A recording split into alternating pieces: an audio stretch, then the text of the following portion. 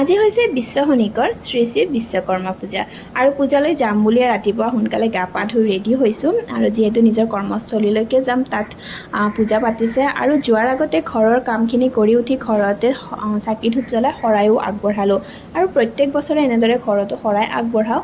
তাৰ পাছতে মোৰ কম্পিউটাৰটোত অকণমান পূজা কৰোঁ বুলি ধূপ প্ৰসাদ ৰেডি কৰিছোঁ। যিহেতু এই কম্পিউটাৰটোৰ লগতে প্ৰত্যেক দিনাই জড়িত হৈ থাকোঁ আৰু গোটেই বছৰটোৱে জড়িত হৈ থাকোঁ, যিহেতু বেছি সময় এই কম্পিউটাৰটোৰ লগতে থাকোঁ।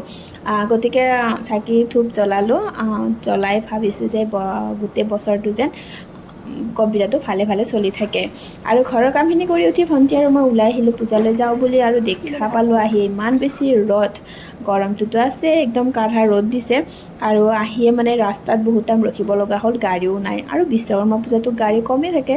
গতিকে ৰখিলোঁ বহুত টাইম আৰু ৰখি আহি পালোঁ পূজালৈ আৰু পূজা অলৰেডি আৰম্ভ হৈছে।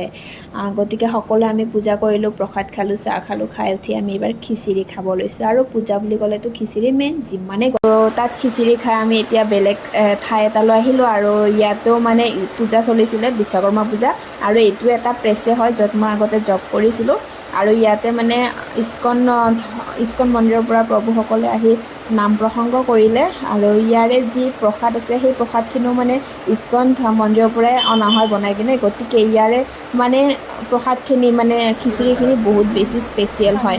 যিহেতু ইস্কন মন্দিৰৰ ভোগ নাই বাৰু, তথাপিও আৰু অলপ দিলে খাব, গতিকে খালোঁ প্ৰসাদ বুলি, লগতে অলপ পেকিঙো কৰি দিছে আমাক তেওঁলোকে।